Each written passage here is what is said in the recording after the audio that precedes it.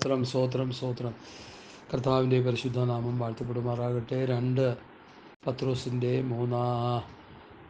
മൂന്നാം അധ്യായം അതിൻ്റെ 14-ാമത്തെ വാക്യമാണ് നമ്മൾ വായിച്ചു നിർത്തിയതെന്നാണ് എൻ്റെ ചിന്ത. അതുകൊണ്ട് പ്രിയമുള്ളവരെ, നിങ്ങൾ ഇവയ്ക്കായി കാത്തിരിക്കിയാൽ അവൻ നിങ്ങളെ കറയും കളങ്കവും ഇല്ലാത്തവരായി സമാധാനത്തോടെ കാണുവാൻ ഉത്സാഹിച്ചുകൊണ്ട് നമ്മുടെ കർത്താവിൻ്റെ ദീർഘക്ഷമയെ രക്ഷയെന്ന് വിചാരിപ്പിൻ. അപ്പോൾ അത് പറയാനുണ്ടായ സാഹചര്യം 13-ാം വാക്യമാണ്. എന്നാൽ നാം അവൻ്റെ വാഗ്ദത്തപ്രകാരം നീതി വസിക്കുന്ന പുതിയ ആകാശം പുതിയ ഭൂമിക്കായിട്ട് കാത്തിരിക്കും. ഈ കാത്തിരിക്കുന്നത് കൊണ്ട് പ്രിയമുള്ളവരെ, നിങ്ങൾ ഇവയ്ക്കായി കാത്തിരിക്കിയാൽ അവൻ നിങ്ങളെ കറയും കളങ്കവും ഇല്ലാത്തവരായി. വിഷയങ്ങൾ നമ്മൾ ആഴത്തിൽ പഠിച്ചു വരുമ്പോൾ ഈ ഭൂമിയിൽ നീതി വസിക്കുന്നില്ല. അനീതിയുടെ കൂത്തരങ്ങാണ് ഈ ഭൂമി. രാഷ്ട്രീയം നോക്കിയാൽ, മതങ്ങൾ നോക്കിയാൽ, വിദ്യാഭ്യാസം നോക്കിയാൽ, മനുഷ്യനുമായി ബന്ധപ്പെടുന്ന ഏത് മേഖല നമ്മൾ ശോധന ചെയ്താലും അഴിമതിയുടെയും അനീതിയുടെയും കൂത്തരങ്ങായി മാറി ഈ ഭൂമിയിലെ ജീവിതം. കോടതി ചോദിച്ചു 10 ലക്ഷം രൂപയുടെ ടാറിങ്ങിന് വേണ്ടി ഗവൺമെൻറ്റിൽ നിന്ന് ലഭിച്ച തുകയിൽ പകുതിയെങ്കിലും റോഡിൽ വീഴണ്ടയോ? ഞാൻ ആ പത്രക്കുറിപ്പ് എടുത്ത് വെച്ചില്ല. അതിന് പകുതിയെങ്കിലും പണിയണ്ടേ? അപ്പോൾ കോടതിക്കറിയാം ഇത് കട്ടം പിടിച്ചുകൊണ്ടിരിക്കുകയാണ്. കോടതിക്ക് എന്നല്ല എല്ലാവർക്കും അറിയാം, രഹസ്യമായൊരു പരസ്യമാണത്. അപ്പോൾ അതുകൊണ്ട് ഈ ഭൂമിയിൽ നീതി വസിക്കുന്നില്ല. അതുകൊണ്ടൊരു പുതിയ ആകാശം പുതിയ ഭൂമി തൻ്റെ മക്കൾക്ക് വേണ്ടി ദൈവം ഒരുക്കുകയാണ്. ഒരിക്കലും ഈ ഭൂമിയിൽ നീതിയോടൊരു കാര്യം ചെയ്തു കാണത്തില്ല. 10 ചോദ്യങ്ങൾ ബഹുമാനപ്പെട്ട മുഖ്യമന്ത്രിയോട് പ്രതിപക്ഷ നേതാവ് ചോദിച്ചതായിട്ട് നിങ്ങൾ കഴിഞ്ഞ ദിവസം പത്രങ്ങളിൽ വായിച്ചു. അപ്പോൾ എൻ്റെ മനസ്സിൽ വന്നൊരു ചിന്ത ഞാൻ പറയാം.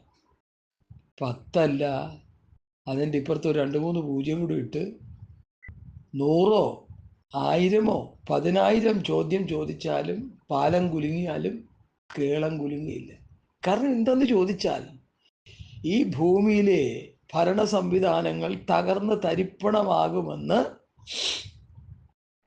ഇന്നേക്ക് സുമാർ 10,000-3000 വർഷങ്ങൾക്ക് മുമ്പ് ദാനിയേൽ പ്രവാചകന്റെ പുസ്തകത്തിൽ എഴുതി വെച്ചു. ഇരുമ്പും കളിമണ്ണും തമ്മിലുള്ള ഭരണ സംവിധാനം. ദൈവമക്കളത് വായിച്ചു പഠിക്കണം. ഞാനത് പ്രസംഗിക്കാനായിട്ട് പ്രാർത്ഥിക്കുകയും പഠിക്കുകയും ചെയ്തുകൊണ്ടിരിക്കുക. 4 സാമ്രാജ്യങ്ങൾ, മാനുഷിക സാമ്രാജ്യങ്ങൾ, ബാബിലോൺ, മേദ്യപേർഷ്യ, ഗ്രീസ്, റോം. അവസാനം വന്നു നിൽക്കുന്നത് ഇരുമ്പും കളിമണ്ണും ചേർന്നുള്ള 4ാമത്തെ സാമ്രാജ്യത്തിൻ്റെ അവസാന പാർട്ട്, ഡെമോക്രസി, ജനാധിപത്യം, മനുഷ്യനെ കൊല്ലുന്ന ജനാധിപത്യം, ജനങ്ങളാൽ തിരഞ്ഞെടുക്കപ്പെട്ട ജനാധിപത്യം. പേര് മാത്രമേ ഉള്ളൂ. സ്വേച്ഛാധിപതികളും ഏകാധിപതികളുമായി രാജഭരണത്തെക്കാൾ ഭയങ്കരമായ ഭരണം നടത്തിക്കൊണ്ടിരിക്കുക. എല്ലാവർക്കും അറിയാവുന്ന കാര്യമാണ് ഞാൻ പറയുന്നത്. ഞാൻ പറയുന്നതിനേക്കാൾ ഇരട്ടി ഇവിടുത്തെ പൊളിറ്റീഷ്യൻ അങ്ങോട്ടും ഇങ്ങോട്ടും പറഞ്ഞുകൊണ്ടിരിക്കുക. നമ്മൾ പിന്നെ ചീത്ത പദങ്ങളൊന്നും ഉപയോഗിക്കുന്നില്ല. ഇവിടെ പത്രോസ് പറഞ്ഞതിലേക്ക് നിങ്ങളുടെ ശ്രദ്ധയെ ഞാൻ കൊണ്ടുവരിക. എന്നാൽ നാം അവൻ്റെ വാഗ്ദത്ത പ്രകാരം നീതി വസിക്കുന്ന പുതിയ ആകാശം പുതിയ ഭൂമി. ഈ ഭൂമിയിൽ നീതി വസിക്കില്ല. ആദാമ്യ ഭൂമി നിമിത്തം ഭൂമി ശാപഗ്രസ്തമായി യെശയ്യാവ് 24 നമ്മൾ ചിന്തിച്ചു കഴിഞ്ഞു. ഇനി ഈ ഭൂമിയിൽ പാർക്കാൻ പറ്റില്ല. നമുക്ക് രക്ഷപ്പെടണം. അതുകൊണ്ടാണ് കർത്താവിൻ്റെ വരവിന് വേണ്ടി ഒരുങ്ങണം, ഉണർന്നിരിക്കണം, സദാകാലം ഉണർന്നും പ്രാർത്ഥിച്ചുകൊണ്ടിരിക്കും. കർത്താവിൻ്റെ ഒരു ചുമ്മാ നമ്മൾ പോകത്തില്ല. കുറെ പാട്ടുപാടി കൂട്ടിയത് കൊണ്ടോ, കുറെ സാക്ഷ്യം പറഞ്ഞുകൊണ്ടോ, കുറെ പ്രസംഗിച്ചു കൂട്ടിയത് കൊണ്ടോ, കുറെ പ്രവർത്തനങ്ങൾ ചെയ്തുകൊണ്ടോ, സൽപ്രവൃത്തി ചെയ്തുകൊണ്ടോ, കുറെ പേർക്ക് വീട് വെച്ച് കൊടുത്തുകൊണ്ടോ, കുറെ പേർക്ക് ഭൂമി ദാനം ചെയ്തുകൊണ്ടൊന്നും സ്വർഗത്ത് പോകത്തില്ല. സ്വർഗത്ത് പോകാൻ പിതാവാം ദൈവം വെച്ചിരിക്കുന്ന ഒരു മെഷർമെന്റ് തൻ്റെ പുത്രനെ അനുസരിക്കുക, തൻ്റെ പുത്രൻ്റെ സ്വഭാവത്തോട്, ദിവ്യ സ്വഭാവത്തോട് കൂട്ടാളികളായിത്തീരുക, തൻ്റെ പുത്രൻ്റെ മനസ്സുള്ളവരാകുക, അവൻ്റെ ഭാവമുള്ളവരാകുക. റോമാലേഖനം 8-ാം അധ്യായത്തിൽ നമ്മൾ എപ്പോഴും പഠിക്കുന്ന ഭാഗം, നാം എൻ്റെ പുത്രൻ്റെ സ്വരൂപത്തോട് അനുരൂപരാകുവാൻ നിയമിച്ചിരിക്കുന്നു. എങ്ങനെ അനുരൂപരാകും? അവൻ്റെ ഭാവം നമ്മളിൽ വരണം, അവൻ്റെ മനസ്സ് വരണം, അവൻ്റെ ദിവ്യ സ്വഭാവം വരണം. അതിനായി ഈ പുതിയ നിയമ ഉപദേശം, അപ്പോസ്തല ഉപദേശം അനുസരിച്ച് ജീവിച്ച് ആ അവസ്ഥയിലേക്ക് നമ്മൾ വരണം. വന്നില്ലെങ്കിൽ ഇതൊന്നും നടക്കില്ല. ഈ കഴിഞ്ഞ ദിവസം എൻ്റെ വേദഭാഗ പഠനം അനുസരിച്ച് ഞാൻ വായിച്ചുകൊണ്ടിരുന്ന സമയത്ത് 1 കൊരിന്ത്യർ ലേഖനം 3-ാം അധ്യായം പഠനം, ഞാൻ അവിടെ നിന്ന് അല്പം ഇന്നങ്ങ് വല്ലാത്ത അവസ്ഥയിലായി. അവിടെ 1 കൊരിന്ത്യർ ലേഖനം 3-ാം അധ്യായത്തിൻ്റെ 10 മുതൽ 15, 16 വരെയുള്ള വാക്യം പഠിപ്പിക്കുമ്പോൾ നിങ്ങൾ ദൈവത്തിൻ്റെ മന്ദിരമെന്നും ദൈവത്തിൻ്റെ ആത്മാവ് നിങ്ങൾ വസിക്കുന്നു നിങ്ങൾ അറിയുന്നില്ലയോ? അപ്പൊ ദൈവത്തിന്റെ മന്ദിരമാകുന്ന സഭപണിയെ കുറിച്ചാണ് 10 മുതൽ 1 കൊരിന്ത്യർ 3-ാം അധ്യായം 10 മുതൽ 15, 16 വരെയുള്ള വാക്യം പഠിപ്പിക്കുക. സഭാപണി എഫേസ്യർ 2-ന്റെ 19, 20, 21, 22. 1 പത്രോസ് 4-ാം അധ്യായത്തിന്റെ 4 മുതൽ 8, 9 വരെയുള്ള വാക്യങ്ങളും സഭാപണിയെ കുറിച്ച് ലിങ്ക് ചെയ്ത് പഠിപ്പിക്കുന്ന അപ്പോസ്തലന്മാർ പഠിപ്പിക്കുന്ന ഉപദേശങ്ങളാണത്. ശക്തിയേറിയ പഠനങ്ങളാണത്. ഞാനത് പല പ്രാവശ്യം പ്രസംഗിച്ചിട്ടുണ്ട്. അവിടെ ക്രിസ്തു എന്ന ഇട്ടിരിക്കുന്ന അടിസ്ഥാനമല്ലാതെ മറ്റൊന്നിടാൻ ആർക്കും കഴിയുകയില്ല. ഇപ്പൊ ക്രിസ്തു എന്ന് ഇട്ടിരിക്കുന്ന അടിസ്ഥാനമൊന്നുമല്ല, അവരവർക്ക് തോന്നിയ പോലുള്ള അടിസ്ഥാനങ്ങളായിട്ടയക്കുന്നത്. സഭയുടെ പേര് പോലും അങ്ങനെയാ. ഗലാത്യ ദേശത്തെ സഭ ഗലാത്യ സഭ, കൊരിന്ത് പട്ടണത്തിൽ പോയി പ്രവർത്തിച്ചപ്പോൾ കൊരിന്ത് സഭയുണ്ടായി. ഇന്നൊക്കെ പേരൊക്കെ അവരവരുടെ പേര് ഓരോരുത്തർക്ക് ഇഷ്ടമനുസരിച്ചും വചന വ്യവസ്ഥ പ്രകാരമല്ല, പോക്കല്ല ഇന്ന് പൊയ്ക്കൊണ്ടിരിക്കുന്നത്. എല്ലാവരും അതൊന്ന് മനസ്സിലാക്കണം. എന്നിട്ട് മടങ്ങി വരണം സത്യവേദ പുസ്തകത്തിലേക്ക്, പത്യവചനത്തിലേക്ക്, പത്യോപദേശത്തിലേക്ക്, ക്രിസ്തുവിന്റെ പ്രമാണത്തിലേക്ക് സഭകൾ മടങ്ങി വരണം. പോസ്റ്റർമാരുടെ ഉപദേശം സഭകളിൽ പഠിപ്പിക്കണം. ന്യായപ്രമാണത്തിന്റെ അതിപ്രസരങ്ങൾ പഠിപ്പിച്ച് ജനത്തെ നശിപ്പിക്കാതെ പത്യോപദേശം, പത്യവചനം പ്രസംഗിച്ച് ക്രിസ്തുവിന്റെ ഭാവമുള്ളവരായി, ക്രിസ്തുവിന്റെ മനസ്സുള്ളവരായി, ക്രിസ്തുവിന്റെ ദിവ്യ സ്വഭാവത്തിന് കൂട്ടാളികളായി വചനം പഠിച്ച് മാറുന്നില്ലെങ്കിൽ എനിക്ക് നിങ്ങൾക്കും രക്ഷയില്ല. 3 തരം. പിന്നെ നമ്മുടെ കഞ്ഞിയൊക്കെ കുടിച്ചു പോവാം, കൊച്ചുങ്ങളെ പഠിപ്പിക്കാം, ഭൗതിക കാര്യങ്ങളൊക്കെ നടക്കും, ഒരു കുഴപ്പമില്ല. നിത്യത പ്രാപിക്കാൻ പറ്റുമെന്ന് ഞാൻ വിശ്വസിക്കുന്നേയില്ല. ഞാൻ ആ വിഷയത്തിലേക്ക് മടങ്ങി വരുന്നു. അപ്പോൾ നീതി വസിക്കുന്ന പുതിയ ആകാശം പുതിയ ഭൂമിക്കായി കാത്തിരിക്കുന്നത് കൊണ്ട് അവൻ നിങ്ങളെ കറയും കളങ്കവും ഇല്ലാത്തവരെ. ഞാൻ അതിനെക്കുറിച്ച് പറഞ്ഞതാണ്, എങ്കിലൊന്ന് തൊട്ടുപോകാൻ താല്പര്യപ്പെടും. രക്ഷാവസ്ത്രം, നീതി വസ്ത്രത്തിൽ കറപുരളാൻ പാടില്ല, കളങ്കമുള്ളവരായി തീരാൻ പാടില്ല, നിഷ്കളങ്കരായിരിക്കണം. അബ്രഹാമിനോട് നിയമം ചെയ്യുമ്പോൾ ദൈവം പറഞ്ഞു, നീ എൻ്റെ മുൻപാകെ നടന്ന് നിഷ്കളങ്കനായിരിക്കുക, എന്നാൽ ഞാൻ എനിക്കും നിനക്കും മധ്യത്തിൽ എൻ്റെ നിയമം സ്ഥാപിക്കും. എഫേസ്യ ലേഖനം 3-ാം അധ്യായത്തിലും അതേ പദം ദൈവത്തിൻ്റെ ആത്മാവ് പറഞ്ഞിരിക്കുന്നു എന്ന് പറയുമ്പോൾ നമ്മൾ എന്താ മനസ്സിലാക്കേണ്ടത്? ഹല്ലേലൂയ. എഫേസ്യ ലേഖനം 1-ാം അധ്യായത്തിൽ അതിന് 4-ാം വാക്യം, നാം അവൻ്റെ സന്നിധിയിൽ വിശുദ്ധരും നിഷ്കളങ്കരുമാകേണ്ടതിന്. പഴയ നിയമത്തിൽ ഒരുത്തൻ കിടപ്പുണ്ട്, ഒരു ഭക്തൻ. ആരാ? ജോബ്. പിശാച് പാറ്റാൻ ചെന്നപ്പോൾ ദൈവം പറയുക, പാറ്റാൻ ചെന്നപ്പോൾ പിശാച് പറയുക, നീ ചുമ്മയാണോ അവൻ്റെ ഭക്തിയൊക്കെ മുറുകെ പിടിച്ചുകൊണ്ടിരിക്കുന്നത്? അവൻ നിഷ്കളങ്കനും നേരുള്ളവനും ദോഷം വിട്ടകുന്നവനും യഹോഭക്തനും. നമുക്കതല്ലേ വേണ്ടത്? സ്തോത്രം, സ്തോത്രം. ജോബിൻ്റെ പുസ്തകം എല്ലാ വിശ്വാസികളോടും ദൈവദാസന്മാരോടും ഒരു കർത്താവിൻ്റെ എളിയ ദാസൻ എന്നുള്ള നിലയിൽ ഞാൻ പറയുന്നു, ജോബിൻ്റെ പുസ്തകം നിങ്ങൾ വായിച്ച് പഠിക്കണം. എല്ലാ അധ്യായങ്ങളും വായിച്ചു പഠിച്ചോ, കുഴപ്പമില്ല. അതിൻ്റെ 31-ാമത്തെ അധ്യായം വായിച്ചു പഠിക്കണം. ബഹുമാനപ്പെട്ട പാസ്റ്റർമാരോടും ബഹുമാനപ്പെട്ട സഹോദരി സഹോദരന്മാരോടും പെന്തക്കോ സമൂഹത്തോടും ഈ സാധുവാകുന്ന അടിയൻ ഒരു റിക്വസ്റ്റ് ഉള്ളതാണ്, നിങ്ങളത് വായിച്ചു പഠിക്കണം. അവൻ്റെ പ്രാഗൽഭ്യം അവിടെ തെളിയിക്കുക. അവൻ, ഞാൻ കപടത്തിൽ നടന്നെങ്കിൽ, എൻ്റെ കാൽ വഞ്ചനയ്ക്കോടിയെങ്കിൽ, ഹല്ലേലൂയ, എൻ്റെ കാലടി വഴിവിട്ട് മാറിയെങ്കിൽ, വല്ല കറയും എൻ്റെ കൈക്ക് പറ്റിയെങ്കിൽ, നമ്മുടെ കറയും കളങ്കവും കണ്ടോ, വിഷയം കയറി വന്നേക്കുന്നുണ്ടോ? ഹല്ലേലൂയ.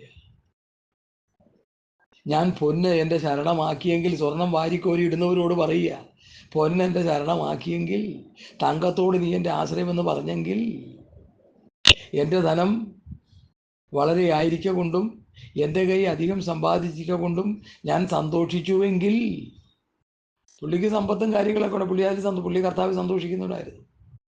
ഹബക്കൂക്കിൻ്റെ സന്തോഷം കർത്താവിലായിരുന്നു. ഗുണം പിടിക്കാത്ത യോനയുടെ സന്തോഷമാണ് ഒരു തണലായിട്ട് രാവണക്ക് വൃക്ഷം കൊടുത്തപ്പോൾ അതിൽ കിടന്ന് സന്തോഷിച്ചു. അവിടെ എഴുതിയിരിക്കുന്ന പദം അത്യന്തം സന്തോഷിച്ചു. എന്തിനാ അത്യന്തം സന്തോഷിക്കുന്നത്? നമ്മുടെ മക്കൾ ഗൾഫിലുണ്ടെങ്കിൽ എന്ത് സന്തോഷിക്കാനാ? കരഞ്ഞോളാനാ ഞാൻ പറയുന്നത്. ഗുണം പിടിക്കാത്തവന്മാർക്ക് വേണ്ടി കരഞ്ഞു ദൈവസേനി കിടന്ന്. അത് ചക്രം കിട്ടിക്കൊണ്ട് ആരും ദൈവമക്കളാകത്തില്ല. സമ്പത്ത് വർദ്ധിച്ചുകൊണ്ട് ദൈവമക്കളാകത്തില്ല. സമ്പത്ത് വർദ്ധിച്ചാൽ ദൈവകൃപ ചോർന്നു പോകാനാ സാധ്യത. അതുകൊണ്ടാണ് പഴയ രീതി ദാവീദ് പറഞ്ഞത്, സമ്പത്ത് വർദ്ധിച്ചിട്ട് നീ ആരെന്നും ദരിദ്രനായി തീർന്നിട്ട് വല്ലവനെയും മോട്ടിച്ച് ഞാൻ കള്ളാനായി തീരാതിരിക്കാനും നിത്യവൃത്തി തന്നെ തന്നെ പോഷിപ്പിക്കണം. ഇതൊന്നും സഭയെ പ്രസംഗിക്കത്തില്ല. അയ്യോ, അത് പ്രസംഗിച്ച സ്വതരാജ പറഞ്ഞു. അടിസ്ഥാനപരമായൊരു മാനസാന്തരം, ഒരു മടങ്ങിവരവ് പുതിയ നിയമസഭകൾക്കുണ്ടാകട്ടെ, ശുശ്രൂഷ വൃന്ദങ്ങൾക്കുണ്ടാകട്ടെ. ജോബിൻ്റെ നിഷ്കളങ്കത, ജോബിൻ്റെ ജീവിതം, യോബ് 31 എല്ലാവരും 40 വാക്യമുള്ള അധ്യായം വായിച്ച് പഠിച്ചുകൊള്ളണേ. അതിലൊന്ന് പ്രബോധനം ഉൾക്കൊണ്ടുകൊണ്ട് ജീവിച്ചോണേ.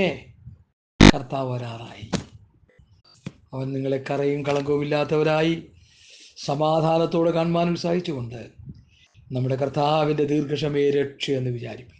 അടുത്ത വിഷയത്തിലേക്ക് ഞാൻ വരിക, പെട്ടെന്ന് പോവുക. അങ്ങനെ തന്നെ നമ്മുടെ പ്രിയ സഹോദരനായ പൗലൂസും തനിക്ക് ലഭിച്ച ജ്ഞാനത്തിന് തക്കവണ്ണം നിങ്ങൾക്കും ഇതിനെക്കുറിച്ച് സംസാരിക്കുന്ന സകല ലേഖനങ്ങളിലും എഴുതിയിട്ടുണ്ടല്ലോ. അവയിൽ ഗ്രഹിപ്പാൻ പ്രയാസമുള്ളത് ചിലതുണ്ട്. അറിവില്ലാത്തവർ വസ്തുരന്മാരുമായവർ ശേഷം തിരുവെഴുത്തുകളെപ്പോലെ അതും തങ്ങളുടെ നാശത്തിനായി കോട്ടിക്കളയുന്നു. ഇവിടെ ഇപ്പോൾ ശുശ്രൂഷ നടക്കുന്നത് മുഴുവൻ തിരുവെഴുത്തുകളെ കോട്ടിക്കളയുക, കൂട്ടുചേർക്കുക, മറിച്ച് കളയുക. ഇതാണ് ശുശ്രൂഷ. സത്യവചനത്തെ യഥാർത്ഥമായി പ്രസംഗിക്കാൻ ഇവിടെ ആളില്ല. ഒരു ചെറിയ ശേഷിപ്പേ ഉള്ളൂ. ഞാൻ പറഞ്ഞല്ലോ, ഫ്യൂണലിന് വേണ്ടി ഫ്ലൂട്ട് വായന നടത്തിക്കൊണ്ടിരുന്നൊരു സഹോദരൻ മരിച്ചപ്പോൾ അതിൻ്റെ ഫ്യൂണലിൽ ഞാൻ കേൾക്കാനിടായത് മുഴുവൻ എന്താണ്? നമുക്ക് കിട്ടിയ താലന്തിലൊന്നും നമ്മൾ കിടന്ന് പ്രശംസിക്കണ്ട. പൗലൂസ് പഠിപ്പിച്ച പഠിപ്പിക്കൽ അനുസരിച്ച് പ്രസംഗത്തിന്റെ പോഷത്വത്താൽ ജനത്തെ രക്ഷിപ്പാൻ ദൈവത്തിന് പ്രസാദമായി. പാട്ടൊക്കെ 2ാം സ്ഥാനത്ത് 3ാം സ്ഥാനത്തൊക്കെ വരുള്ളൂ. ദൈവവചനം പ്രസംഗിച്ച് നടത്തുക. ഒരു ചെറുക്കൻ മരിച്ചു കിടക്കുമ്പോൾ അവിടെ എന്തൊക്കെയാ കാട്ടിക്കൂട്ടിയത്? കോപ്രായത്തങ്ങൾ. എന്ത് ചെയ്യുന്നവൻ അറിയാത്തവൻ എന്തും ചെയ്യും, എന്തു പറയുന്നവൻ എന്തു പറയണമെന്നറിയാത്തവൻ എന്തും പറയും. ആ ഗതികെട്ട അനുഭവമായില്ലേ അവിടെ? ഞാനവരെ പരിഹസിക്കുകയല്ല, മടങ്ങി വരട്ടെ ദൈവവചനത്തിലേക്ക്. എൻ്റെ സഹോദരങ്ങളാണവരെ, എനിക്ക് അന്യരല്ല. അവർ മടങ്ങി വരണം, അവർ വചനത്തിലേക്ക് മടങ്ങി വരണം, അവർ വ്യവസ്ഥയിലേക്ക് മടങ്ങി വരണം, അവർ പത്യോപദേശത്തിലേക്ക് മടങ്ങി വരണം, അവർ അപ്പോസ്തലന്മാരുടെ ടീച്ചിങ്ങിലേക്ക് മടങ്ങി വരണം. പുതിയ നിയമസഭയുടെ ഉപദേശം അപ്പോസ്തല ഉപദേശമാണ്. മറ്റെന്തൊക്കെ കടന്ന് പ്രസംഗിച്ചാലും ഒരു ഗുണവുമില്ല. ഹല്ലേലൂയ. ഞാൻ നിങ്ങളോട് കൽപ്പിച്ചതൊക്കെയും പ്രമാണിപ്പാൻ കൊണ്ട് ഉപദേശിച്ചുകൊണ്ട് സകല ജാതികളെയും ശിഷ്യരാക്കിക്കൊള്ളുവിനെന്ന് കർത്താവ് അവരോട് പറഞ്ഞത് അവരിത് ചെയ്തുവെന്നാ നമുക്ക് കാണാൻ കഴിയുന്നത്. അത് വിട്ടുകളഞ്ഞിരിക്കുക. സഹോദരങ്ങളെ, ഒരു കാര്യം ഞാൻ പറയാം, ഈ ഉപദേശം വിട്ടുകളഞ്ഞാൽ നമ്മുടെ കാര്യം പോക്ക. ഒരു രാജ്യം അതിൻ്റെ നിയമം പാലിക്കുന്നില്ലെങ്കിൽ ആ രാജ്യം തീർന്നു. നമ്മുടെ രാജ്യം ഇത്ര നശിച്ച് നാമാവശേഷമായി കിടക്കുന്നതിന്റെ കാരണം എന്താ? നിയമം നമുക്കില്ലാഞ്ഞിട്ടാണോ? നിയമം അനുസരിക്കാൻ പറയുന്ന ഭരണാധികാരികളും നിയമം അനുസരിക്കുന്നവരും കുറവാണ്. എക്സൈസ് ഡിപ്പാർട്ട്മെന്റിൽ കള്ളു കുടിച്ച് മതോന്മത്തരായി നടക്കുന്ന ഭരണാധികാരികൾ ഓസിന് കിട്ടുമല്ലോ, വലിച്ചു കുടിച്ചോളുക. ഹല്ലേലൂയ. ഇതൊക്കെ നമുക്കറിയാവുന്ന രഹസ്യമായ പരസ്യമാ. MLA-മാര്, മന്ത്രിമാര് കൈക്കൂലിയില്ലാതെ ജോലി കിട്ടുമോ? എംപ്ലോയ്മെന്റ് എക്സ്ചേഞ്ചിൽ പേര് രജിസ്റ്റർ ചെയ്തിട്ട് 1000 10,000 കിടക്കുമ്പോൾ പിൻവാതിൽ നിയമനം. പത്രത്തിൽ വന്ന കാര്യങ്ങളാ. ലക്ഷങ്ങൾ വാങ്ങിയിട്ട് അവർക്കും അവരുടെ അനുയായികൾക്ക് നിയമനം. അപ്പോൾ ഈ ഭൂമിയിൽ നീതി നടക്കുന്നില്ല, നീതിയുള്ള ഭരണമില്ല, ആത്മീയ ഗോളത്തിലും ഇല്ലാതായി മാറി. 25 30 വിദേശ വിശ്വാസികളുള്ള സഭയിൽ ട്രാൻസ്ഫർ കിട്ടാൻ 2-3 ലക്ഷം രൂപ കോഴ കൊടുത്ത് സഭയിൽ കയറിപ്പറ്റുന്ന ജഡീകന്മാരായ പാസ്റ്റർമാര്, കാശ് വാങ്ങി തിന്നുന്ന ജഡീകന്മാരായ മുഖ്യന്മാര്, എങ്ങനെ ഗതി പിടിക്കും നമ്മുടെ സഭ? പറ. ഒരു പ്രസ്ഥാനമായിട്ട് എനിക്കൊരു പിണക്കവും ഇല്ല, ഒരു പ്രസ്ഥാനവും. എല്ലാം നല്ലത് തന്നെ. പക്ഷെ ഗുണമുണ്ടോ വല്ലത്? വിശ്വാസിക്ക് ഗുണമുണ്ടോ? ആത്മീയ വളർച്ച, ആത്മീയ വർധനവ്, ആത്മീയ നിറവ് കിട്ടുന്നുണ്ടോ? പ്രവൃത്തി പുസ്തകം 9-ാം അധ്യായത്തിൽ ഞാൻ വായിച്ചു പറഞ്ഞ ആ അനുഭവം ഇവിടെ നടക്കുന്നുണ്ടോ? സഭയ്ക്ക് സമാധാനമുണ്ടോ? അത് ആത്മീയവർദ്ധന പ്രാപിക്കുന്നുണ്ടോ? അത് കർത്താവിനോടുള്ള ഭക്തിയിലും പരിശുദ്ധാത്മാവിന്റെ പ്രബോധനത്തിലും നടന്ന് പെരുകിക്കൊണ്ടിരിക്കുന്നുണ്ടോ? പ്രവൃത്തി 9:31 മനപ്പാടമാകണം. അതിനായി ഈ റിപ്പീറ്റ് ചെയ്യുന്നത്. എവിടെ എവിടെ അങ്ങനെയുള്ള സഭകൾ എവിടെയുണ്ട്? കോഴ കൊടുത്ത് പാസ്റ്റർമാര് പാസ്റ്റർ സ്ഥാനം തട്ടിപ്പറിച്ചെടുത്താൽ അവിടെ എന്താ ആത്മീയത? അവിടെ സാത്താൻ നൃത്തം ചെയ്യല്ലേ ചെയ്യുന്നത്. ഒരു ജനറൽ കൺവെൻഷൻ, ഒരു വലിയ പ്രസ്ഥാനത്തിന്റെ തലതൊട്ടപ്പന്മാരെല്ലാം ഇരിക്കുന്ന സമയത്ത്, പ്രധാന മുഖ്യന്മാരിരിക്കുന്ന സമയത്ത് പെൺകുട്ടികളുടെ നൃത്തം ചെയ്യുക. എന്നോട് അച്ചായൻ പറഞ്ഞത്, വിശുദ്ധ സ്ഥലത്ത് അശുദ്ധി കാണുമ്പോൾ ചിന്തിച്ചോ കർത്താവിന്റെ വരവായെന്ന്. ഇതിൽക്കുള്ള എന്താ തെളിവ് വേണം? വചനവൃത്തിയാണ്. വചനവൃത്തിയാണ്. കോട മേടിക്കുന്ന പാസ്റ്റർമാരെ, വചനത്തെ തെറ്റായി പഠിപ്പിക്കുന്നവരെ, ഇവിടെ പത്രോസ് അത് തന്നെയാ പറയുന്നത്.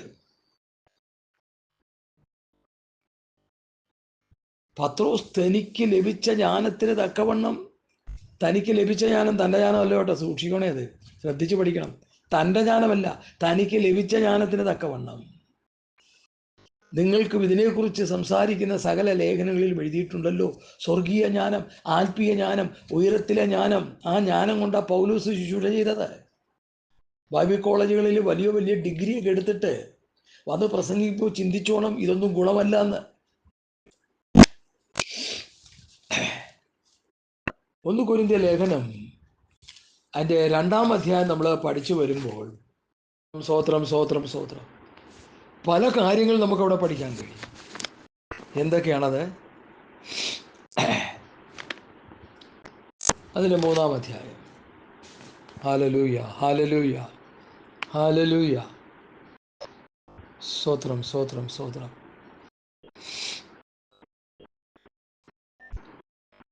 ഞാൻ ആ ഭാഗം അങ്ങ് വായിക്കാൻ വേണം. നിങ്ങൾ ശ്രദ്ധിച്ചേക്കണേ.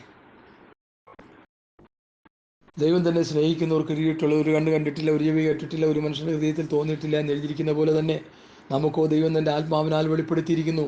ആത്മാവ് സകലത്തെയും ദൈവത്തിൻ്റെ ആഴങ്ങളെയും ആരായുന്നു. മനുഷ്യനുള്ളത് അവൻ്റെ മനുഷ്യാത്മാവല്ലാതെ മനുഷ്യനിൽ ആരറിയും? ആവണ്ണം തന്നെ ദൈവത്തിലുള്ളത് ദൈവാത്മാവല്ലാതെ ആരും ഗ്രഹിച്ചിട്ടില്ല. നാമോ ലോകത്തിൻ്റെ ആത്മാവിനെയല്ല, ദൈവം നമുക്ക് നൽകിയത് അറിവാനായി ദൈവത്തിൽ നിന്നുള്ള ആത്മാവിനെ അത്രേ പ്രാപിച്ചത്. അത് ഞങ്ങൾ മനുഷ്യജ്ഞാനം ഉപദേശിക്കുന്ന വചനങ്ങളാലല്ല. മനുഷ്യൻ്റെ ജ്ഞാനം, മനുഷ്യൻ്റെ ബുദ്ധി, മനുഷ്യൻ്റെ കഴിവ്, മനുഷ്യജ്ഞാനം ഉപദേശിക്കുന്ന വചനങ്ങളാലല്ല, ആത്മാവ് ഉപദേശിക്കുന്ന വചനങ്ങളാൽ തന്നെ പ്രസ്താവിച്ചുകൊണ്ട് ആത്മീകന്മാർക്ക് ആത്മീകമായത് തെളിയിക്കുന്നു. എന്നാൽ പ്രാകൃത മനുഷ്യൻ ദൈവാത്മാവിൻ്റെ ഉപദേശം കൈക്കൊള്ളുന്നില്ല, അതവന് പോഷത്വമാകുന്നു. ആത്മീയമായി വിവേചിക്കേണ്ടതാകിയാൽ അതവന് ഗ്രഹിപ്പാൻ കഴിയുന്നതുമില്ല. ആത്മീകനോ സകലത്തെയും വിവേചിക്കുന്നു, താൻ ആരാലും വിവേചിക്കപ്പെടുന്നതുമില്ല. കർത്താവിൻ്റെ മനസ്സറിഞ്ഞ് അവനെ ഗ്രഹിപ്പിക്കുന്നവനാർ. ഇവിടെ 18-ാം വാക്യത്തിൽ 1 കൊരിന്ത്യർ ലേഖനം 1-ാം അധ്യായത്തിൻ്റെ 18-ാം വാക്യത്തിൽ, ക്രൂശിൻ്റെ വചനം നശിച്ചു പോകുന്നവർക്ക് മോക്ഷത്വവും രക്ഷിക്കപ്പെടുന്ന നമുക്ക് ദൈവശക്തിയുമാകും. ജ്ഞാനികളുടെ ജ്ഞാനം ഞാൻ നശിപ്പിക്കുകയും ബുദ്ധിമാന്മാരുടെ ബുദ്ധി ദുർബലമാക്കുകയും ചെയ്യും എന്ന് എഴുതിയിരിക്കുന്നുവല്ലോ. ജ്ഞാനി എവിടെ? ശാസ്ത്രി എവിടെ? ഈ ലോകത്തിൻ്റെ താർക്കികൻ എവിടെ? ഈ ലോകത്തിൻ്റെ ജ്ഞാനം ദൈവം പോഷത്വമാക്കിയില്ലയോ? ദൈവത്തിൻ്റെ ജ്ഞാനത്തിൽ, ലോകം ജ്ഞാനത്താൽ ദൈവത്തെ അറിയായ കൊണ്ട് വിശ്വസിക്കുന്നവരെ പ്രസംഗത്തിൻ്റെ പോഷത്വത്താൽ രക്ഷിപ്പാൻ ദൈവത്തിന് പ്രസാദം തോന്നി. യഹൂദന്മാർ അടയാളം ചോദിക്കുകയും യവനന്മാർ ജ്ഞാനമന്വേഷിക്കുകയും ചെയ്യുന്നു. ഞങ്ങളോ ക്രൂശിക്കപ്പെട്ട ക്രിസ്തുവിനെ പ്രസംഗിക്കുന്നു.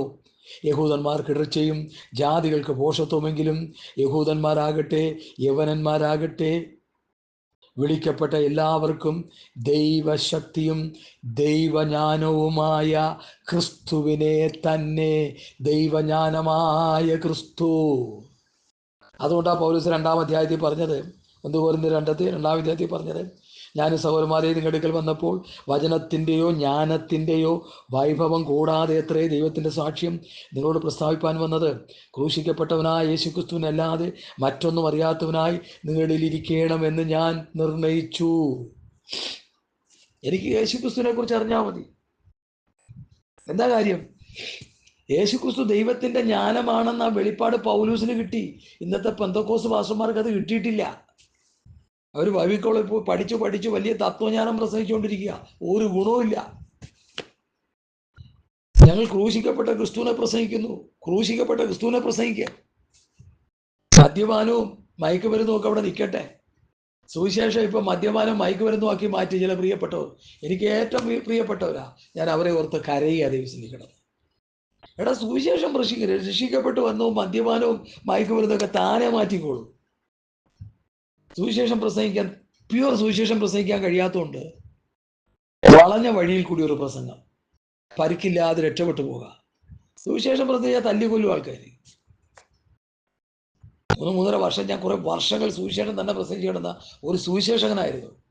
അതിനുശേഷമാണ് കർത്താവിൻ്റെ ഉപദേശം പഠിക്കാനും പഠിപ്പിക്കാനും ഉള്ള ഒരു കോളിംഗ്, ഒരു പ്രത്യേക കോളിങ്ങിലേക്ക് കർത്താവിനെ നടത്തുക. അങ്ങനെ ഞാൻ അങ്ങനെ തിരിഞ്ഞത്. ഇന്ന് സുവിശേഷ പ്രസംഗത്തിന് ഒരു മടിയില്ല എനിക്ക്.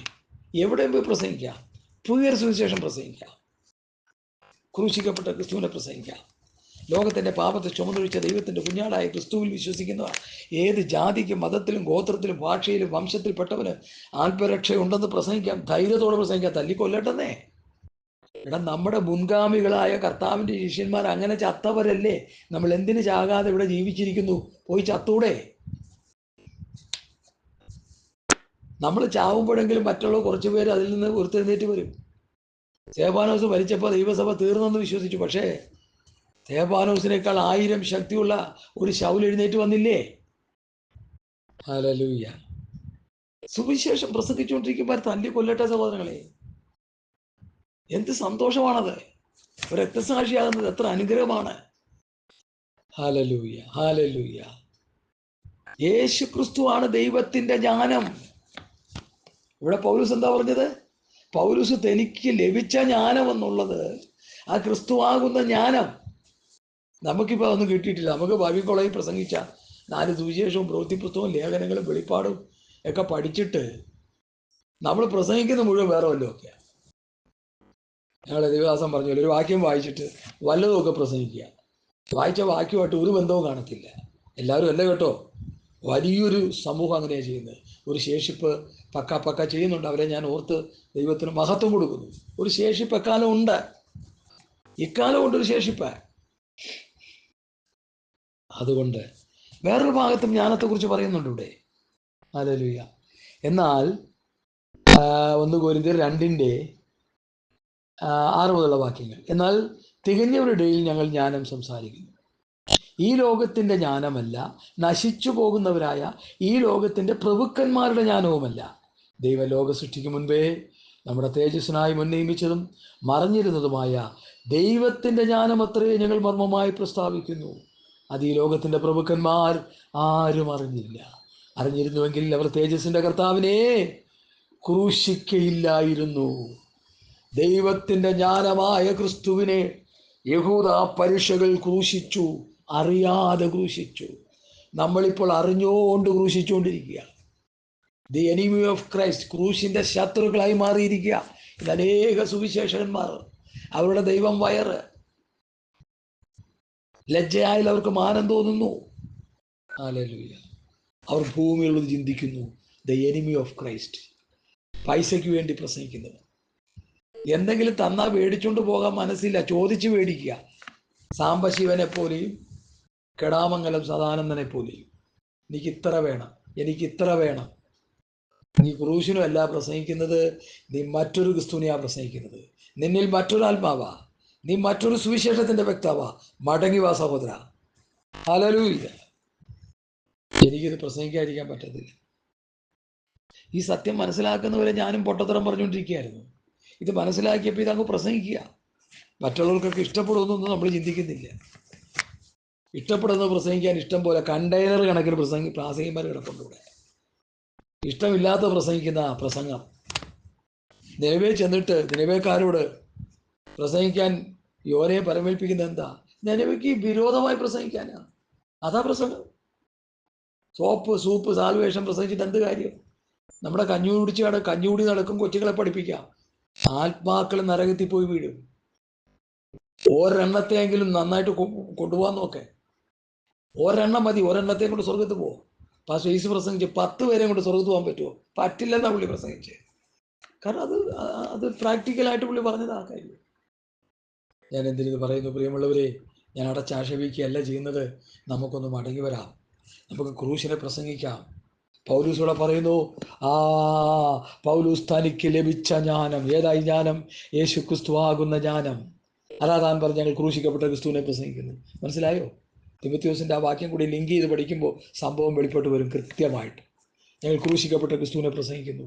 തനിക്ക് ലഭിച്ച ജ്ഞാനത്തിനൊത്തവണ്ണം ഇതിനെക്കുറിച്ച് സംസാരിക്കുന്ന സകല ലേഖനത്തിൽ എഴുതിയിട്ടുണ്ടല്ലോ. പൗലൂസ് പ്രസംഗിക്കുന്നത് ഗ്രഹിപ്പാൻ പ്രയാസമുള്ളത് ചിലതുണ്ടെന്നാ. ചിലതെന്നല്ല, എല്ലാം ഗ്രഹിപ്പാൻ പ്രയാസം തന്നെ. പിന്നെ അറിവില്ലാത്തവരും അസ്ഥിരന്മാരുമായവർ ശേഷം തിരുവെഴുത്തുകളെ തങ്ങളുടെ നാശത്തിനായി കോട്ടിക്കളയുന്നു. തിരുവെഴുത്തുകളെ കോട്ടിക്കളയുന്നു. അറിവില്ലാത്തവരും അസ്ഥിരന്മാരുമായവർ. നിങ്ങൾ തിരുവെഴുത്തുകളെയും ദൈവശക്തി മര്യാദകൾ തെറ്റിപ്പോകുന്നു. തിരുവെഴുത്ത് അറിയേണ്ട പോലെ അറിയണം, ക്രിസ്തുവിനെ അറിയേണ്ട പോലെ അറിയണം. നാലും മൂലും വല്ലയിടത്തും എന്തെങ്കിലും മൂലയും മുക്കും പഠിച്ചുകൊണ്ടൊന്നും പോയിട്ട് കാര്യമില്ല. ദൈവസന്നിധി ഇരിക്ക്, ആത്മാവിനെ പ്രാപിച്ച് ദൈവസന്നിധി ഇരിക്ക്. ബൈബിൾ കോളേജിലെ പഠിത്തങ്ങളൊക്കെ കൊള്ളാൻ, നല്ലതാ.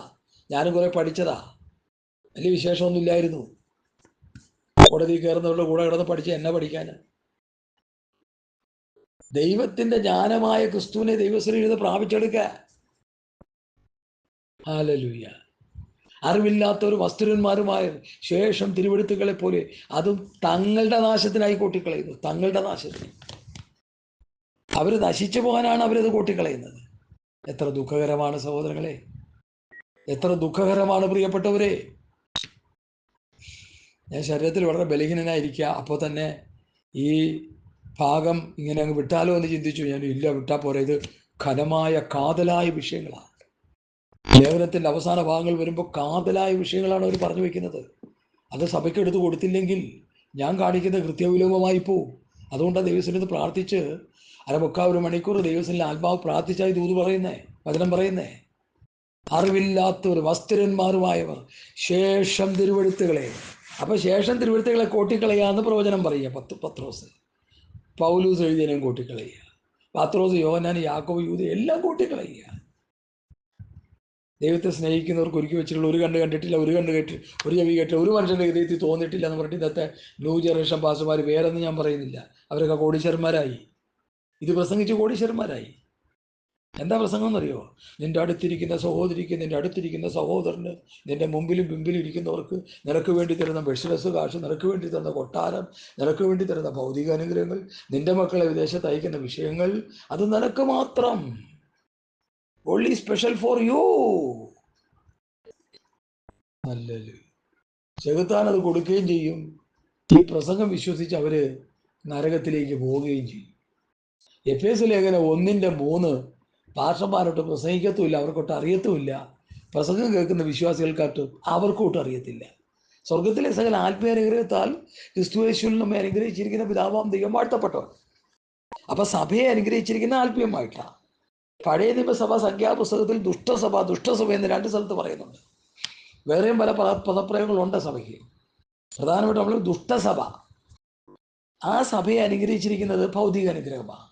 അത് വേദപുസ്തകം പഠിക്കുമ്പോൾ നമുക്ക് മനസ്സിലാവും. എന്നാൽ പുതിയ നിയമസഭയെ അനുഗ്രഹിച്ചിരിക്കുന്നത് ആത്മീകമായ അനുഗ്രഹങ്ങളാണ്. കൃപകളാലും വരങ്ങളാലും ക്രിസ്തുവിൻ്റെ സ്വഭാവത്തോടെയുള്ള ജീവിതം, ആത്മീയ അനുഗ്രഹങ്ങളുടെ കലവറയാണ് പുതിയ നിയമസഭയ്ക്ക് ദൈവം വിഭാവന ചെയ്യുന്നത്. ഉണ്മാനും ഉടുപ്പാനും ഉണ്ടെങ്കിൽ മതിയെന്ന് വിചാരിച്ചോണം. പൈസ ഉണ്ടാക്കാനുള്ള തത്രപ്പാടുകൾ വിട്ടുകളയണം. ധനവന്മാരാകാൻ ആഗ്രഹിക്കുന്നവർ പരീക്ഷയിലും കണിയിലും കുടുങ്ങുകയും മനുഷ്യർ സംഹാരനാശങ്ങളിൽ മുങ്ങിപ്പോകാൻ ഇടവരുന്ന മൗഢ്യവും ദോഷകരമായ പല മോഹങ്ങൾക്ക് വിരയായിത്തീരുകയും ചെയ്യുന്നു. നീയോ ദൈവത്തിന്റെ മനുഷ്യനായുള്ള അത് വിട്ടോടെ. വിട്ടോടി നീതി, ഭക്തി, വിശ്വാസം, സ്നേഹം, ക്ഷമ, സൗമ്യത എന്നിവയെ പിന്തുടരുത്. വിശ്വാസത്തിന് നല്ല പോർവരുത്. നിത്യജീവനെ പിടിച്ചുകൊള്ളുക. ഞങ്ങൾ വാക്കിനാലോ ലേഖനത്താലോ തന്ന പ്രമാണത്തെ മുറുകെ പിടിച്ചോണം. അപ്പോഴാണ് നിത്യജീവനെ പിടിച്ചോണ്ട് ഓടുന്നത്. പ്രമാണം വിട്ടുകഴിഞ്ഞാൽ പോയി. സാക്ഷാലുള്ള ജീവനെ പിടിച്ചുകൊള്ളുക, നിത്യജീവനെ പിടിച്ചുകൊള്ളുക എന്ന് 1 തീമോഥെയോസ് 6-ാം അധ്യായത്തിൽ പൗലൂസ് പറഞ്ഞിരിക്കുന്നത്. ഞങ്ങൾ വാക്കിനാലോ ലേഖനത്താലോ തന്ന പ്രമാണങ്ങളെ മുറുകെ പിടിച്ചുകൊള്ളുക. Praise the Lord. ഹല്ലേലൂയ. അപ്പം ഞാൻ അവിടെ നിന്ന് മുമ്പോട്ട് പോട്ടെ. എന്നാൽ പ്രിയമുള്ളവരെ, നിങ്ങൾ മുൻകൂട്ടി അറിഞ്ഞിരിക്കൊണ്ട് അധർമ്മികളുടെ വഞ്ചനയിൽ കുടുങ്ങി സ്വന്തം സ്ഥിരത വിട്ട് വീണു പോകാതിരിപ്പാൻ സൂക്ഷിച്ചുകൊള്ളു. ആരാണ് ഈ അധർമ്മികൾ? ഒന്ന് പഠിക്കണ്ടേ നമുക്ക്? ആരാണ് അധർമ്മികൾ? മത്തായി 7 കിടപ്പുണ്ട് ഈ ഗ്രൂപ്പ് ഒക്കെ വായിച്ച് പഠിക്കണം. വചന വെളിപ്പാട് കിട്ടിക്കഴിയുമ്പോൾ കർത്താവ് നമുക്ക് മണിമണി പോലെ തരും അധർമ്മികൾ ആരാണെന്ന്. ഇവിടെ കിടപ്പുണ്ട് അധർമ്മികൾ. എൻ്റെ 7:21 എന്നോട് കർത്താവേ കർത്താവേ എന്ന് പറയുന്ന ഏവനുമല്ല സ്വർഗസ്വനായ പിതാവിൻ്റെ ഇഷ്ടം ചെയ്യുന്നവരത്രേ സ്വർഗരാജ്യത്തിൽ കിടക്കുന്നത്. അത് കഴിഞ്ഞിട്ട് കർത്താവേ കർത്താവേ നിന്റെ നാമത്തിൽ നിങ്ങൾ പ്രവചിക്കുകയും നിന്റെ നാമത്തിൽ ഭൂതങ്ങളെ പുറത്താക്കുകയും നിന്റെ നാമത്തിൽ വളരെ വീര്യപ്രവൃത്തികൾ ചെയ്തില്ലയോ എന്ന് പലരും ആ നാളുകൾ എന്നോട് പറയും. ഞാൻ അവരോട്, ഞാൻ ഒരു നാളും നിങ്ങളെ അറിഞ്ഞിട്ടില്ല, അധർമ്മം പ്രവർത്തിക്കുന്നവരെ എന്നെ വിട്ടുപോകുവിൻ എന്ന് തീർത്തും പറയും. നമ്മൾ പറയുമ്പോൾ കുറച്ചേ പറയുള്ളൂ, വിഴുങ്ങിക്കളെ അവിടെ വരുമ്പോൾ. എനിക്ക് വിഴുങ്ങാനൊന്നും താല്പര്യമില്ല, തീർത്തും പറയും. ക്രിസ്തുവിൻ്റെ ഉപദേശത്തിൽ നിലനിൽക്കാതെ അതിർ വിട്ടു പോകുന്ന ഒരുത്തനും ദൈവമില്ല. ക്രിസ്തുവിൻ്റെ പ്രമാണം പ്രസംഗിച്ചില്ലെങ്കിൽ, ക്രിസ്തുവിൻ്റെ പ്രമാണ വ്യവസ്ഥ അല്ല ക്രിസ്തുവിൻ്റെ ഉപദേശം അനുസരിച്ച് ജീവിച്ചില്ലെങ്കിൽ നിന്നെയും ദൈവം പറയും, നീ ആ കാണിക്കുന്ന അത്ഭുതവും നീ കാണിക്കുന്ന അടയാളങ്ങളൊക്കെ അധർമ്മമായിട്ട് തീരും. സഹോദരങ്ങളെ, ഇന്നത്തെ ന്യൂ ജനറേഷൻ കാണിക്കുന്ന വല്ല അത്ഭുതം നടക്കുന്നുണ്ടോ? ഫ്ലൂട്ട് വായിച്ച കൊച്ചിനെ ഉയർപ്പിക്കാൻ 2 പാസ്റ്റർമാർ വന്നു. ആ ഉണർവുണ്ടാക്കിയ എവിടെ? ബാംഗ്ലൂരിൽ മെട്രോ സിറ്റിയാ ഇലക്ട്രിസിറ്റിയാ അവിടെ ഉണർവുണ്ടാക്കിയ മുഖ്യ പുള്ളി ഉയർപ്പിക്കാൻ വന്നു. കേരളക്കരയിലെ ഒരു ലോകോത്തര പാസ്റ്റർ ഉണ്ടല്ലോ, അദ്ദേഹം ഉയർപ്പിക്കാൻ വന്നു. ഇതൊന്നും നടക്കില്ല, ചുമ്മാ കിടന്ന് പറയല്ലേ. എടാ, ഏറ്റവും വലിയ ഉയർപ്പെന്നുള്ളത് അത് വചനത്തിലൂടെ ഞാൻ മനസ്സിലാക്കിക്കൊണ്ടാണ് പറയുന്നത്. ഏതാ ഭാഷ ഏറ്റവും വലിയ ഉയർപ്പ്? എടുത്തോ, പുസ്തകം എടുത്തോ, ശ്രദ്ധിച്ചു കേട്ടോ, ഞാൻ വായിച്ചു കേൾപ്പിച്ചു തരാം. ആക്ഷരീയ ഉയർപ്പിനേക്കാളും വലിയ ഉയർപ്പാണ് ആത്മീയ ഉയർപ്പ്. വായിക്കാൻ പോവാ. എഫേസ്യ ലേഖനം 2-ാം അധ്യായത്തിൽ അതിക്രമങ്ങളാലും പാപങ്ങളാലും മരിച്ചവരായിരുന്നു നമ്മെ ഉയർപ്പിച്ചു. സ്തോത്രം. അടുത്തത് എൻ്റെ 5-ാം വാക്യം, അതിക്രമങ്ങളാൽ മരിച്ചവരായിരുന്നു നമ്മെയും ക്രിസ്തുവിനോടുകൂടി ജീവിപ്പിച്ചു. ആ ഉയർപ്പും ജീവിപ്പിക്കലും ഇതാണ് ഏറ്റവും വലിയ ഉയർപ്പ്. ഇനി അടുത്ത്, ക്രിസ്തുയേശുവിൽ അവനോടുകൂടി ഉയർപ്പിച്ച് സ്വർഗത്തിലിരുത്തി. ആദാമ്യ പാപനിമിത്തം മരിച്ചു കിടന്ന നമ്മെ ആ പാപത്തിൽ നിന്ന് ഉയർപ്പിച്ച് ക്രിസ്തുവിനോടുകൂടി ഇരുത്തി, ക്രിസ്തുവിനോടുകൂടി ഉയർപ്പിച്ചു, ക്രിസ്തുവിനോടുകൂടി ജീവിപ്പിച്ചു, ക്രിസ്തുവിനോടുകൂടി ഉയർപ്പിച്ച് സ്വർഗത്തിലിരുത്തി. ഇത് വല്ലതും ബോധമുണ്ടോ ഈ വചനത്തിലേക്ക് വരാൻ? അത് കഴിഞ്ഞ് കൊലോസ്യ ലേഖനം, സ്നാനത്തിൽ നിങ്ങൾ അവനോടുകൂടി അടക്കപ്പെടുകയും അവനെ മരിച്ചവരുടെ ഇടയിൽ നിന്ന് ഉയർത്തെഴുന്നേൽപ്പിച്ച ദൈവത്തിൻ്റെ വ്യാപാര ശക്തിയാലുള്ള വിശ്വാസത്താൽ അവനോടുകൂടി നിങ്ങളും ഉയർത്തെഴുന്നേൽക്കുകയും ചെയ്തു. ഇതാണ് ഉയർപ്പ്. അതിക്രമങ്ങളിലും നിങ്ങളുടെ ജഡത്തിൻ്റെ അഗ്രചർമ്മത്തിലും മരിച്ചവരായിരുന്ന നിങ്ങളെയും അവനോടുകൂടി ജീവിപ്പിച്ചു, ഉയർപ്പിച്ചു, ജീവിപ്പിച്ചു. ഈ ഉയർപ്പാണ് സത്യവേദ പുസ്തകത്തിലെ ഏറ്റവും വലിയ ഉയർപ്പ്. നരകക്കുഴിയിൽ പോയി വീഴാതിരിക്കാനുള്ള ഉയർപ്പ്. മനസ്സിലായോ? ലാസർ ഉയർത്തെഴുന്നേറ്റ് വന്നതൊന്നും ഉയർപ്പല്ല. അത് ദൈവപുത്രൻ, യേശു ദൈവപുത്രനാണെന്ന് ലോകം വിശ്വസിക്കാൻ ചെയ്തതാ. ഉയർപ്പിക്കാൻ നടക്കുന്ന കുഞ്ഞുങ്ങളെ, മുലകുടി മാറാത്ത ശുശ്രൂഷ വൃന്ദങ്ങളെ, സൂക്ഷിച്ചു പഠിച്ചോ. ഞാൻ ഈ പറഞ്ഞതാ ഉയർപ്പ്. പാപത്തിൽ നിന്ന് ഉയർത്തു. അതിക്രമങ്ങളിലും പാപങ്ങളിലും മരിച്ചവരായിരുന്ന നമ്മെ ക്രിസ്തുവിനോടുകൂടി അവൻ ജീവിപ്പിച്ചു, ഉയർപ്പിച്ചു. ആ ഉയർപ്പ് ലഭിച്ചവൻ സ്വർഗരാജ്യത്തിൻ്റെ അംശിയായി തീരും. ഇവിടെ നമ്മൾ ഉയർത്തനെ ഉയർപ്പിച്ച് ആ ഉയർപ്പിച്ചവൻ പാപം ചെയ്താൽ പിന്നെ അവൻ നരകത്തിൽ പോവും. അതുകൊണ്ട് പാപത്തിൽ കിടക്കുന്നവര് അവരുടെ പാപത്തെക്കുറിച്ച് പ്രസംഗിച്ചവർക്ക് പാപബോധമുണ്ടാക്കി അവരാത്മീയ ഉയർപ്പിലേക്ക് നടത്തുന്നതാണ് യഥാർത്ഥ ഉയർപ്പെന്നെങ്കിൽ ഇനിയെങ്കിലും പഠിച്ചോ വേദപുസ്തകത്തിൽ. ഞാനിത് പഠിച്ചു കഴിഞ്ഞപ്പോൾ ഞാനിത് പ്രസംഗിച്ചുകൊണ്ടിരിക്കുക. എനിക്കിതെങ്ങനെ പ്രസംഗിക്കാതിരിക്കാൻ കഴിയും? അവൻ നമ്മെ ഉയർപ്പിച്ചു, അവൻ നമ്മെ ജീവിപ്പിച്ചു. ഞാനും കൂടെ സംസാരിച്ച വചനങ്ങൾ ആത്മാവും ജീവനുമാകുന്നു. ആ ഉയർപ്പ് പ്രാപിച്ചവൻ, സ്തോത്രം, യോഹന്നാൻ 6:63 കർത്താവ് പറഞ്ഞ വചനങ്ങൾ അനുസരിച്ച് ജീവിച്ച് ആത്മാവും ജീവനുമായ വചനങ്ങൾ കേട്ടനുസരിച്ച് ജീവിച്ച് ജീവൻ പ്രാപിച്ച് നിങ്ങൾക്ക് അവർക്ക് ജീവനുണ്ടാകാൻ, സമൃദ്ധിയായ ജീവനുണ്ടാകാൻ അത്രയും ഞാൻ വന്നിരിക്കുന്നത്. ആത്മീയ ജീവൻ പ്രാപിച്ച യേശുക്രിസ്തു ദൈവത്തോട് വിശ്വസിക്കുമ്പോൾ അവൻ ആത്മീയ ജീവൻ വരിക. അവൻ സമൃദ്ധമായ ജീവൻ എങ്ങനെ കിട്ടും? ഉപദേശം പഠിച്ചനുസരിച്ച് ജീവിച്ച് സമൃദ്ധമായ ആത്മീയ ജീവനിലേക്ക് വരിക. അങ്ങനെ കർത്താവിൻ്റെ വേണ്ടി ഒരുങ്ങുന്നത്. ഹല്ലേലൂയ. അപ്പോൾ എന്നാൽ പ്രിയമുള്ളവരെ, നിങ്ങൾ മുൻകൂട്ടി അറിഞ്ഞിരിക്കുക കൊണ്ട് അധർമ്മികളുടെ വഞ്ചനയിൽ കുടുങ്ങി സ്വന്തം സ്ഥിരത വിട്ട് വീണു പോകാതിരിപ്പാൻ സൂക്ഷിച്ചുകൊള്ളുവിൻ. കൃപയിലും നമ്മുടെ കർത്താവും രക്ഷിതാവുമായ യേശുക്രിസ്തുവിൻ്റെ പരിജ്ഞാനത്തിലും വളരുവിൻ. അവനിപ്പോഴും എന്നേക്കും മഹത്വം. ആമേൻ. 5 മിനിറ്റ് ഞാൻ കൂടിപ്പോയി, ദൈവമക്കൾ ക്ഷമിക്കണേ. പത്രോസിൻ്റെ ലേഖനം 1, 2 ലേഖനത്തിൻ്റെ പഠനങ്ങൾ അനുഗ്രഹമായിരുന്നു. നിങ്ങൾക്കത് കേൾക്കാൻ പറ്റിയില്ലെങ്കിൽ, മിസ്സായി പോയെങ്കിൽ, നിങ്ങൾ ബൈബിൾ സ്റ്റഡി ബാർ പാസ്റ്റർ സാമ്പോൾ എന്നടിച്ചാൽ നിങ്ങൾക്കത് കിട്ടും. എനിക്ക് ഈ പ്രസംഗങ്ങളൊന്നും ഇൻ്റർനെറ്റിൽ ഇടാനൊന്നും എനിക്കറിയത്തില്ല. ഇത് കേട്ടിട്ട് ഒരു പാസ്റ്റർ ആദ്യം എടുത്തിട്ടു. അദ്ദേഹത്തിന് ബിസി വന്നപ്പോൾ അദ്ദേഹം പറഞ്ഞു വേറൊരാളെ കണ്ടെത്താൻ പറഞ്ഞു. കർത്താവ് ഒരാളെ തന്നു, അദ്ദേഹം അത് ഇട്ടുകൊണ്ടിരിക്കുക. എനിക്കിതുമായിട്ട് യാതൊരു ബന്ധവുമില്ല. ഇത് ലോകം മുഴുവൻ കേൾക്കട്ടെന്ന് അവർ പലരും പറഞ്ഞുകൊണ്ടിരിക്കുക. കേൾക്കുന്നവർ കേൾക്കുക, കേൾക്കാത്തവർ കേൾക്കണ്ട. എനിക്കിപ്പോൾ അല്ലാതെ വേറൊന്നും പറയാനില്ല. ഞാൻ ദൈവരാജ്യത്തിൻ്റെ കെട്ടുപണിക്ക് വേണ്ടിയാണ് പ്രസംഗിക്കുന്നത്. ജനം നരകത്തിൽ നിന്ന് രക്ഷപ്പെടാനാണ് എൻ്റെ പ്രസംഗം. സ്വോത്രാഴ്ചയ്ക്കും ദശാംശത്തിനും വേണ്ടിയൊന്നുമല്ല. ആരെങ്കിലും സന്തോഷത്തോടെ തന്നാൽ സ്വീകരിക്കാതിരുന്ന ഒരു കുഴപ്പമില്ല. പിടിച്ചുപറിയില്ല, തട്ടിപ്പില്ല, റേറ്റ് ഇല്ല. 2.5 ഗ്ലാസ് ചൂടുവെള്ളം വന്നാൽ കേരളത്തിൽ എവിടെയും വന്ന് പ്രസംഗിക്കാമെന്ന് ഞാൻ പരസ്യമായി പ്രസംഗിച്ചതാണ്. ഇപ്പോഴും ആ പ്രസംഗം അങ്ങനെ തന്നെ നിൽക്കുക. ഹല്ലേലൂയ. ഞാൻ എൻ്റെ വാക്കുകൾ ഉപസംഹരിക്കുന്നു. 1 പത്രോസ് 2 പത്രോസ് ലേഖനങ്ങൾ വളരെ മനോഹരമായിരുന്നു. എന്നെ കർത്താവ് ഒത്തിരി കാര്യങ്ങൾ പഠിപ്പിച്ചു. ഈ വചനങ്ങൾ എനിക്കും നിങ്ങൾക്കും ദൈവരാജ്യത്തിലെ കെട്ടുപണിക്ക് പ്രയോജനമായി തീരട്ടെ.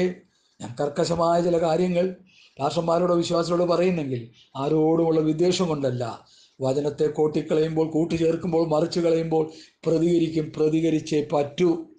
ഇല്ലെങ്കിൽ ഞാൻ സ്തോത്രം. വചനത്തെ കോട്ടിക്കളയുമ്പോൾ ഞാൻ പ്രതികരിച്ചേ പറ്റൂ. അങ്ങനെ പ്രതികരിക്കുന്നില്ലെങ്കിൽ ഞാൻ ദൈവത്തോടും മനുഷ്യനോടും കാണിക്കുന്ന ആ സ്തോത്രം എന്തായിരിക്കും? കുറ്റകരമാണെന്ന് എനിക്ക് തോന്നുന്നു. അതുകൊണ്ടാണ് ഞാനത് ചെയ്തത്. എല്ലാ സംഘടനകളെയും, എല്ലാ സമൂഹങ്ങളെയും, ദൈവമക്കളെയും എനിക്ക് ബഹുമാനമാണ്, സ്നേഹമാണ്. വചന വ്യവസ്ഥ വിട്ട ഒരെണ്ണത്തിനെ ദൈവരാജ്യത്തിലേക്ക് കർത്താവ് കൈക്കൊള്ളില്ല. ന്യായപ്രമാണം ഏറ്റുവാങ്ങിയ മോശയോടും പറഞ്ഞു, സ്റ്റോപ്പ്, ഇവിടെ നിർത്തിക്കൊള്ളാൻ പറഞ്ഞു. പ്രാർത്ഥിച്ച് യോശുവിനെ ആക്കാൻ പറഞ്ഞു. നമുക്കറിയാമല്ലോ കാര്യം. ആവർത്തന പുസ്തകം 3-ാം അധ്യായത്തിൽ നീ എന്നോട് അധികം സംസാരിക്കേണ്ടെന്ന് പറഞ്ഞു ദൈവം. മനസ്സിലായല്ലോ?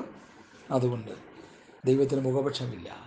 മോശയെന്നോ സാംബാസെന്നോ CC പാസെന്നോ ജോസ് പാസെന്നോ ചെറിയാൻ പാസെന്നോ ദൈവത്തിനില്ല. എല്ലാവരോടും ഒരുപോലെ രൂക്ഷമായിട്ട് ഇടപെടുന്നവനാണ് ദൈവം. സ്നേഹസമ്പന്നനാണ്. എബ്രായലേഖനം 10-ാം അധ്യായത്തിൻ്റെ 26 മുതൽ 31 വാക്യം വായിച്ചു പഠിക്കുമ്പോൾ മോശയുടെ പ്രമാണം അനുസരിക്കാത്തവനും കർത്താവിൻ്റെ പ്രമാണം അനുസരിക്കാത്തവനും ശിക്ഷ ഉറപ്പാണ്. അതുകൊണ്ടാണ് ഞാൻ ഈ കണ്ഠക്ഷോഭം ചെയ്യുന്നത്. Okay, may God bless you. Thank you. Maranatha. Price the Lord. സ്തോത്രം, സ്തോത്രം, സ്തോത്രം.